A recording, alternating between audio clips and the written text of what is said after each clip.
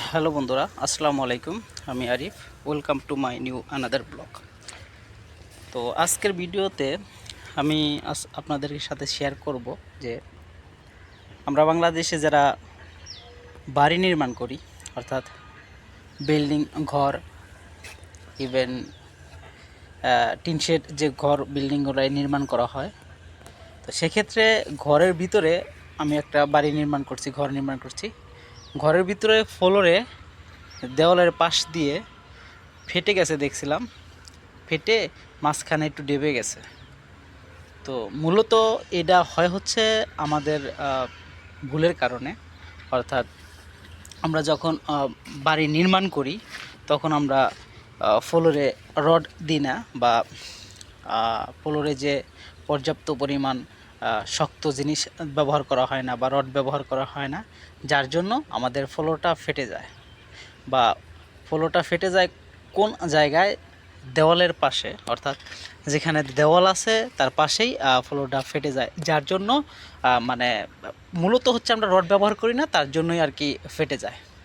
তো আমি এখন মালয়েশিয়াতে আছি। তো এদেশের মানুষ বা এদেশের যে বিল্ডিংগুলো নির্মাণ করা হয় আসলে কিভাবে নির্মাণ করা হয় সেটাই আসলে আমি আপনাদের সাথে শেয়ার করার জন্য আর কি আজকের ভিডিওটা বানানো বা আজকের ব্লগটা বানানো।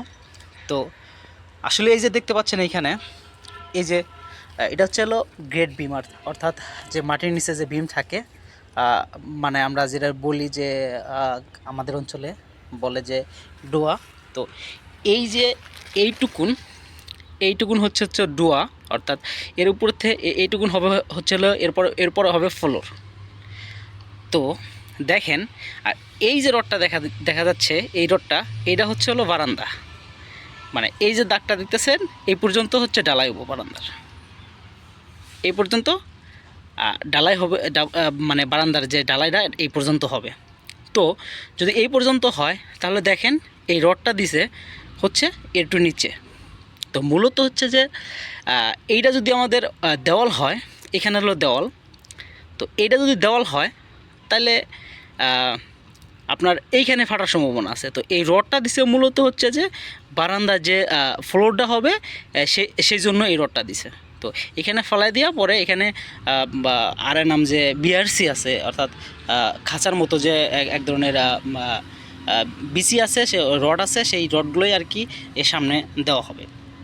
তো মূলত আমাদের দেশে বা আমাদের যে ঘর নির্মাণ করা হয় এইগুলো দেওয়া হয় না, বা এই রডগুলোই দেওয়া হয় না। এই রডগুলো মূলত দিচ্ছে কীভাবে? যে যখন এটা না শুকাইছে, অর্থাৎ এই কংক্রিট ঢালাই দেওয়ার পরে ঢালাইটা যখন শক্ত না হয়েছে, শক্ত হওয়ার আগেই এই রডগুলাই ঢুকাই দিছে আর কি। তো তো আজকে মানে আমরা যে বাড়িটা নির্মাণ করি, তো এইভাবে নির্মাণ করা হয় না, যার জন্য আমাদের দেওয়ালটা ফেটে যায় বা আমাদের ফ্লোরটা ফেটে যায়, বা অনেক সময় মাঝখানে ডেবে যায়। তো আমরা যদি কেউ বাড়ি নির্মাণ করি বা বাড়ি যখন আমরা নির্মাণ করব, তো এই ছোটোখাটো বিষয়গুলো যদি আমরা খেয়াল করি, এই রডগুলোর দাম তেমন একটা বেশি না, খুব বেশি যে একটা রড দেওয়া হয় তা না। মূলত অল্প কিছু রডের বা অল্প কিছু খরচে বাঁচানোর জন্য আমরা পরবর্তীতে আমাদের ফ্লোরটা ফেটে যায়, বা এত বেশি টাকা দেয় বাড়ি নির্মাণ করার পরেও ফ্লোরটা ফেটে যায়, যার জন্য অনেক মানে খারাপ লাগে, অনেক সময় অনেক খারাপ লাগে। তো যার জন্য আমি বলি যে যারা বাড়ি নির্মাণ করবেন তারা এদিকে একটু খেয়াল রাখবেন। তো এইভাবেই বাড়ি নির্মাণ করলে অনেক সুন্দর হবে। তো যদি আমার ভিডিওটা ভালো লাগে বা আমার বিষয়টা ভালো লাগে তাহলে লাইক, কমেন্ট, শেয়ার করবেন। আর যদি এরকম ভিডিও পেতে চান তাহলে চ্যানেলটি সাবস্ক্রাইব করে রাখবেন আমার পাশে থাকার জন্য।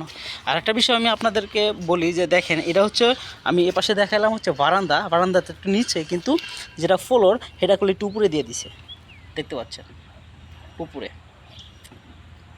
উপরে দিয়ে দিছে, দেখতে পাচ্ছেন উপরে, কিন্তু এই পাশেরটা নিচে। আর ভিতরে যেগুলা সব সেটা উপরে, মানে ঘরের ভিতরে যেটা সেটা সব উপরে, কিন্তু যেটা হচ্ছে সামনে আর কি বারান্দা সেটা একটু নিচে দিছে। তো এইভাবেই আর কি বারান্দা নির্মাণ করছে, বা এভাবে ঘর এরা ফ্লোরের সিস্টেম